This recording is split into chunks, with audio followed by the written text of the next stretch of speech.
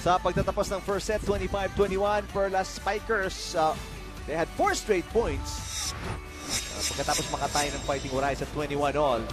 At tingnan natin yung highlights kung saan hindi rin paiwan, Coach Ronnie, itong Fighting Warriors. Hindi. It was tight. It was close. But eventually, I believe, experience and confidence were the key difference para dito sa Perlas Spikers. I talk about 2 players who stood out the tallest for the Perlas Spikers. Si Hervacio and Nicole Chamzon, making things happen when Tacloban threatened to pull the rug from them dun sa duluhan. 21-all, sabi mo nga, kasamang Eric. Sabay binuhay ni Chamzon at inaangat ni si Hervacio. And eventually, hindi nakasabay ang white shirts and they will be 1 set behind laban dito sa team ng Perlas Spikers. Halos balanse, attack points, halos balanse, pati errors. Saan nagkatalo? Composure. Saan nagkatalo? Puntos pag kinakailangan. At higit sa lahat, yung kumpiyansa na kahit masikip ang labanan, kayang mangibabaw, kayang manaig. At tingnan natin kung babawi ang koponan ni Coach Nes Pamilar dito sa set number 2. Shola Alvarez, naglalaro for the first time. Ang NCAA MVP. Nasa hanay din nila Coach Nes Pamilar at Coach Obet Javier. Off the block, coming from Javi Prado. 44 points in 4 matches, 37. Before that match against the Gold Smashers, he was at 12 points a game, but only contained to 7 against the Gold Smashers. At ngayon, 10 points per game ang kanyang scoring average, or 11 points per game in scoring average. Well, Shola Alvarez played 3 sets off the bench nung talo nila sa Gold Smashers. Let's see kung makakapunto siya dito. She was not able to score in the last game. Off the bench, no problem. Veterano na rin sa Premier Volleyball League. And you have to earn your stripes, so to speak. And you have to be ready when your numbers score. Tight. Tiamzon. Very tight. Cross-court shot. Nakahanap pa ng cross-court doon si Nicole Tiamzon. Turned out to be a cut shot para dito sa social advocate na si Nicole Chamzon. Very busy helping out young players achieve their dreams. And likewise, extremely hard-working, trying to help out the Perlas Spikers get to the mountain. Poor first ball para kay Heather Ginoo. 3 straight points kinuha naman nila si Hervacio. 2 sa 3 puntos na yan galing kay Z Hervacio. Tandaan natin si Jen Ferreira. Isa yan sa Fab 5 na tinatawag nung panahon nila Phil Kainglet. That's true.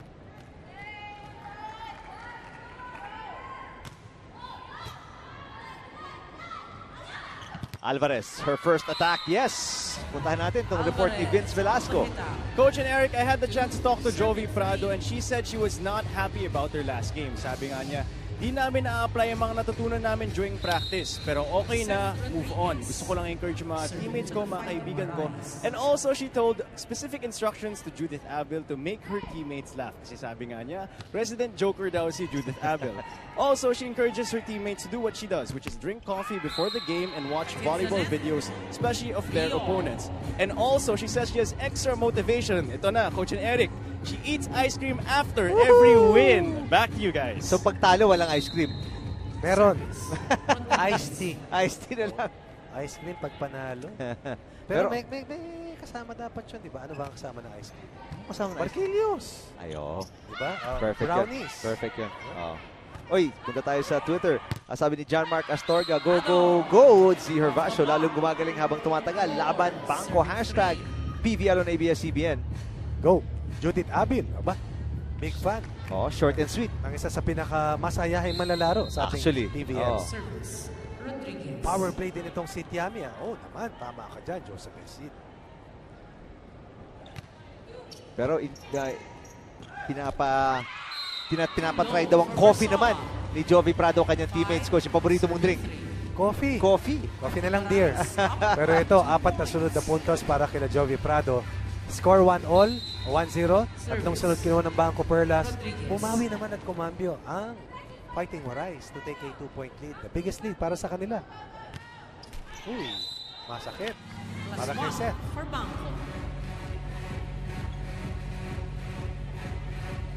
Close dito sa set number 2.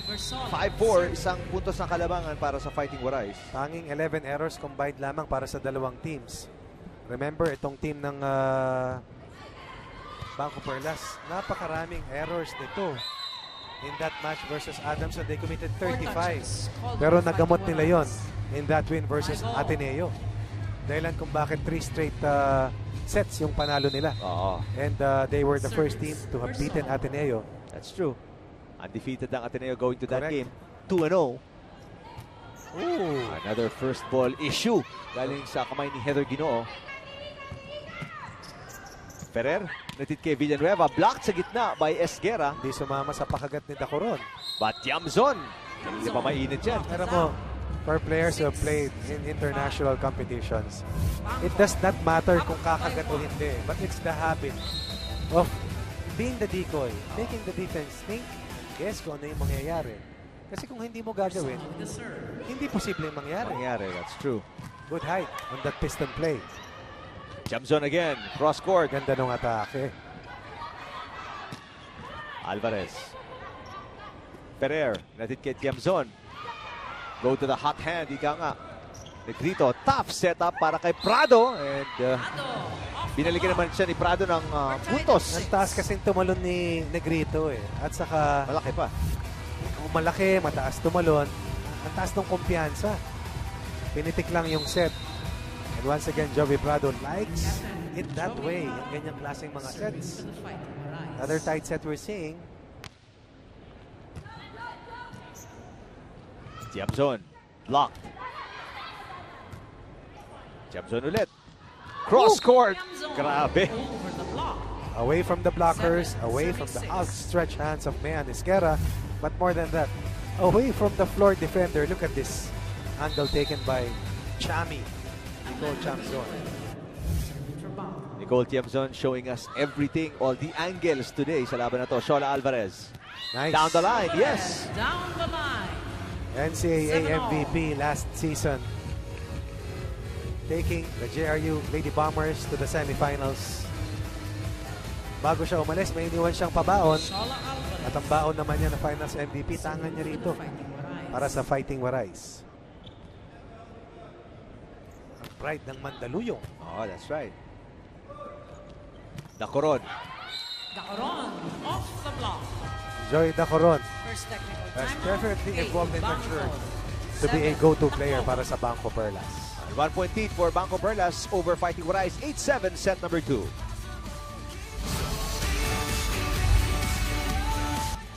Babalik po tayo sa Philoil Flying V Center dito sa Uy, San Juan. Favorite ko yan, malutong-lutong yan.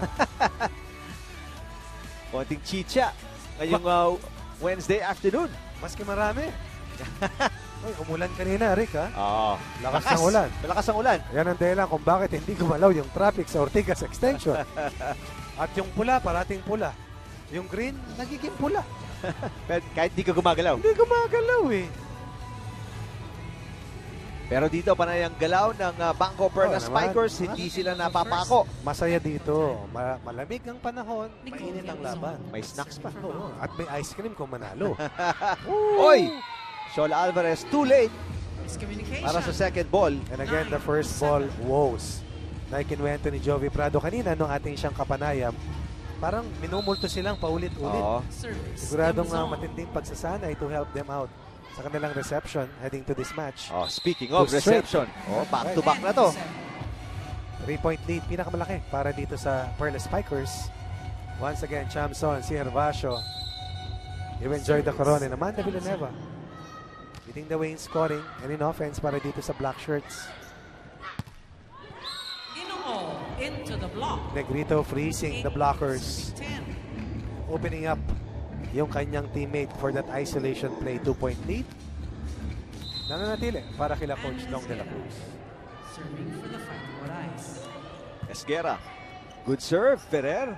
Dacoron, Ganda ng yes! buwelo. With the block. Pero mas maganda yung angulo ng palo. Not going straight at the blockers, but instead, look at the angle taken. As a general rule, hindi diretso, kundi palihis. That keeps Chola Alvarez defense for another 3-point lead. Ganda ng Ginoo. buwelo. Ooh. Good defense sa net para dito sa Perlas Spikers. Ginoo. Nailusot yung pangalawang palo. Hervasio this time, yes! Nakita mo yung cambio ni Jem Ferrer. The action was to the left side ng team ng Tacloban. And then with that nice dig, kinambi niya sa kabila. And look at this. Herbacio, even against the double block, will score off the double block and give her team a 4-point lead. Herbacio. Inangat ni Alvarez. Medyo mataas yung tapik ni Seth Rodriguez, but she gets lucky. Serving 12. That's a beach volleyball maneuver. That's right. Bagay, tutulak mo na lang sa dulo, hoping na walang nakakover doon. Miss hit. As Jamson, Villanueva, and Guslan Bersol converge doon sa pwestong yun. Ooh. And an ace dito, babawi naman ang Fighting Warais, Heather Ginoo. Kanina 4, bumaba sa 2. Kalamangan ng Perlas Spikers looking to build an imposing 2-set lead laban sa Fighting Warais. Ginoo. Napatayo si Coach Nes Pamilab.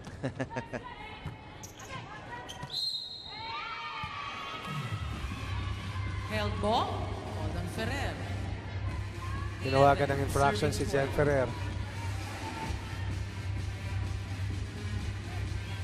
At nakikita natin ang bench ng Fighting Warais. Isa na dyan si Judy Abil, masaya yan. Totoo, palasayaw pala ang ngiti yan eh. Ferrer, ganda nung pagkaset. Sukat, Persola. You're able to activate your quick hitters, your middle hitters. Pag maganda yung first ball, look at the sequence. Good first ball, straight to the center. Still set, back set, 2-point lead, Perlas Spikers. And a good hit para kay Prado. Galing, ano? Kita niya yung blockers na kumabawan siya. Tinalo, sumayad. 1-point lead na lamang kanilang hinahabol. Kyle Negrito serving. Ferrer. Good reception para kay Villanueva. And that is outside. A rare mistake mula kay Herbacio. Right. Rare miss coming from Herbacio. 4 straight points para dito sa Fighting Warais. Service Negrito. Villanueva. Yes! Ganda ng puelo. First ball and then Jen Ferrer rewarding her teammate. Perlas Spikers. Villanueva delivers. Not exactly the tallest attacker. Pero pinakagat ni Bersola yung isang blocker to open up that last attack point para kay Amanda Villanueva. Good coverage by Tan. And ito, hindi talaga basta-basta push over dito mga BanKo-Perlas. Tayang yan ang Fighting Warais lumalaban. Hindi mo mapapagpag. Kailangan talunin mo. Walang planong bumigay. Oo. Kasi pag hindi sila nanalo rito, ang laki nung ibababa nila eh. Dahil 7 games lamang ito kada round. This will already be the 5th game para sa dalawang teams. Meaning, only 3 games left in their playing schedule in the first round. And as we mentioned, we are at the tail end ng ating unang round. And you want to be sure that you are among the top 4 heading to the next round. Mahirap pag-habol, pag wala kang puhunan, talang gagaling at ang husay ng mga nasa ibabaw. Good attack by Alvarez. Here comes Villanueva. Very effective so far. Very few lang yung kanyang mga palo, Coach Ronnie. Ganda ng pwesto eh. Maganda yung ganda ng paghulog ng bola. 2-point lead for the BanKo-Perlas Spikers.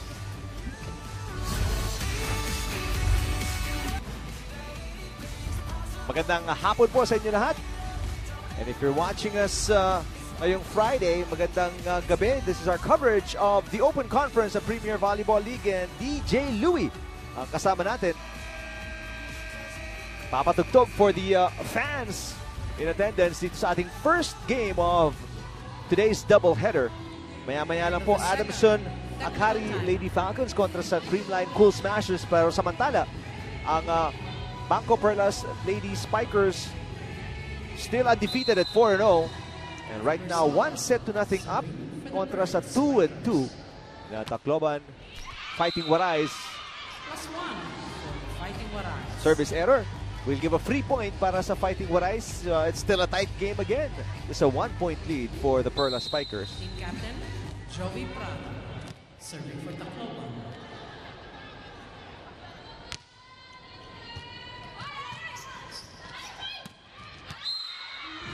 Nakoron, too long. 6 Yeah, mistake there para kay Dacoron, yung kanilang 2-point lead, nabura na. Naku po, what goes up must come down. That's right. At ito ang nangyayari sa mga kalamangang pinuposte ng Perlas Spikers dahil na rin sa sipag at sinatsagang laro ng Fighting Horizon. Naku po, hindi umahon. At ang sunod na puntos after the second technical timeout. At magandang remate para dito sa team ng Fighting Horizon to build a 1-point lead. Service, Prado.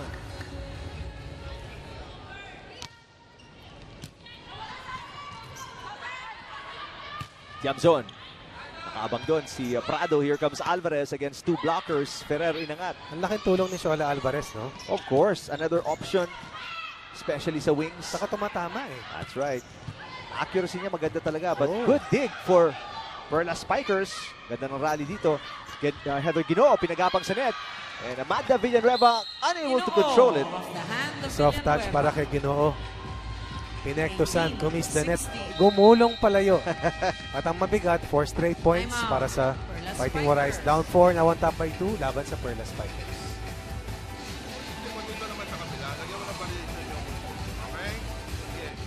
O ano lang yan, dalawa, lumalamas siya, huwag natin palayo eh. Patakigan. Spikers will be back Takboy mo ngayon, tatlo sa labas na si Dami. October 17 when they face the Creamline Cool Smashers. That's on Wednesday, October 17. Madali na mag-timeout si Coach Dong De La Cruz, but when he does, I'm sure may issue. And naka 2-point lead na dito ang Fighting Horizon, so he wants to talk things over. Ako, natatakam tuloy ako sa popcorn bigla. Pwede yung kombinasyon sa ice cream yan. At lagyan mo ng lobo, children's party ka na. Exactly. Ako di spaghetti. Malaki na si Jack, ha? 4-point run para sa Fighting Horizon. Kailangan Sasagot nila yan. si Dacoron. That hits the spot. 17-18. Kailangan nila yan dahil lumalayo na rito. BanKo. At natunaw na yung kanilang karamangan. Roma Doromal. Seeing action para sa black shirts and Femenas. A playmaker and a serve specialist, the former Lady Falcon. That's right. And backup setters para dito sa Perlas Spikers. Na kung sa iba yung team lang yan, pwedeng starting setter to si Femenas. That's how good she is. Mantala, pupuntos doon. Ang Fighting Horizon. Tacloban.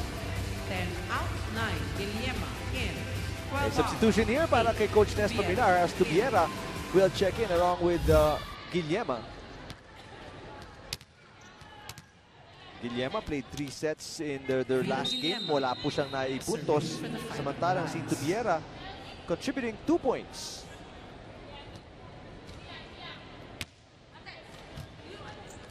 Emnas. Tiamzon is blocked. Tiamzon, turn back. Actually, net block yata yun. Sabi ni Esquera, hindi tumama sa kanya. Hindi umahon. Oo. Pero ito, hindi lang nakaahon ng Fighting Horizon. Poste na ng 3. Cause for concern para sa Perlas Spikers. They have to play better. And they have to match yung floor defense na ipinapamalas. That's true. At net defense na pinapakita ng Fighting Horizon.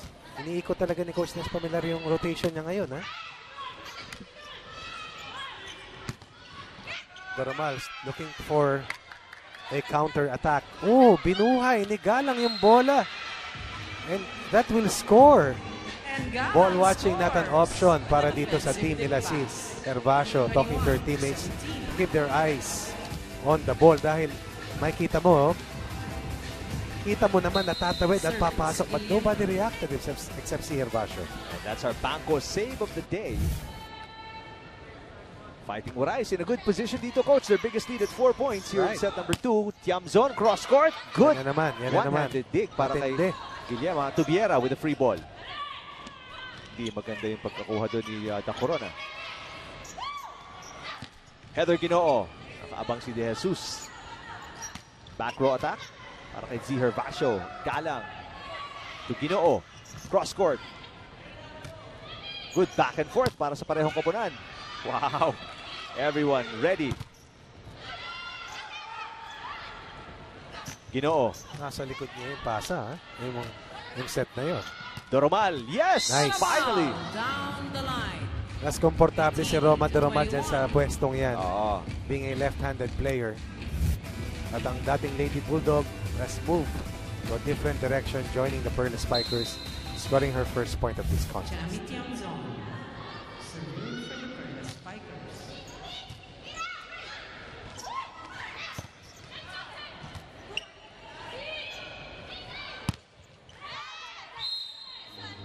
And G. Hervasio will score. 19-21. They needed that. Kanina pamatay sunog, ngayon naman pangkapit. Dahil dumudalas yung kalaban. Tight pass, tight set. But scoring off the double block na hindi na isara ni Mayan Esguerra. Speaking of Esguerra, good save para kay Emnas. Free ball. Oh, good combination against three blockers. Ganda ng Ginoo. pagtago kay Ginoo. Oh, Hervasio, yes! Nice. Hervasio, cross-court Si kick. Hervasio playing the fireman's role. 20-21. Trying to ignite and start a fire para dito sa Perlas Spikers. Emnas with a jump set. And again, beating the double block is si Hervasio. Yung tamang posisyon ng block ng depensa. So paghapon mo nga, hindi pwedeng doon pa rin nakaharap. Hapon na rin eh. So paghapon mo, yarap yung katawan mo. Bakit na lang bola natin, ha? Sige, sige, silang. Pasa mo na mayas, ha?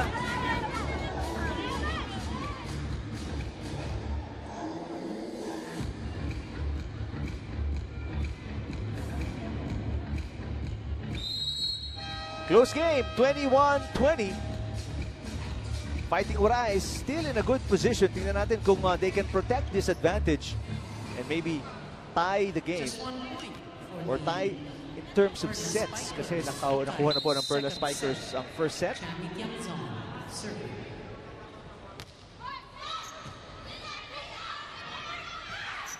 Oh, good job by Heather Ginoo. The gentle tip.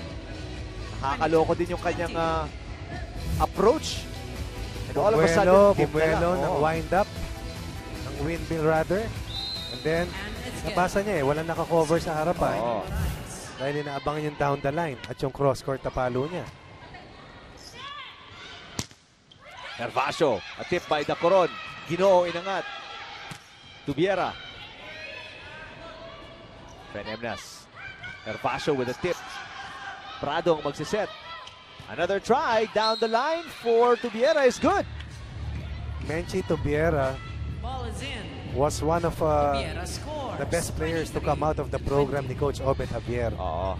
Mahusay, but more than that, clutch player ito. Service. 3-point lead para sa kanila. Once again, Coach Nespa Millar's tactic to rotate his players and give them playing time, paying off. 3-point lead, slice to 2 because of that service error. Joy Dacoron. Fighting Serving. Warais, leading by 2 so far. Napoprotektahan nila yung kalabangan nila. Free ball mula kay Prado. Malakas nga lang. Ball is out. 22. Closing out is never easy to do. Wala sa balanse si Jovi Prado. Sinubukan niyang dalhin sa dulo pero masyadong malakas. Service. Dacoron. Guillema to Ginoo. Doromal nag-angat. Emnas will go to G. Hervasio. Oh my. 2 touches. Second Emnas. second time this has happened and look at the reaction of Tacloban. Coach Now, Dong de la set Cruz. point advantage. That's a critical call. How big? It's set point big. 2 set points Timeout. para sa Fighting Warais. Continue pa rin nagreklamo si Coach Dong de la Cruz kay second referee Fernando Velasco or Velasco.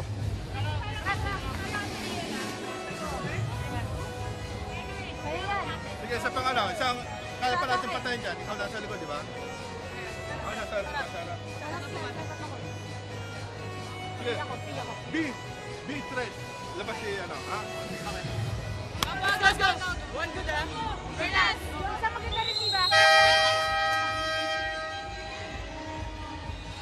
Ipit ngayon ang Perlas Spikers. They are down by 2. Coach Tai Bundit relaxing. Naka-4 pa.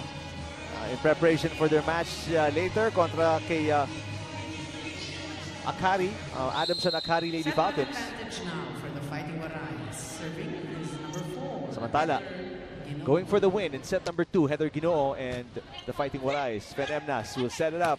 Z Herbacio saves one of 2 set points. 23. Play after a timeout. Tignan mo kung saan pinapalo si Herbacio.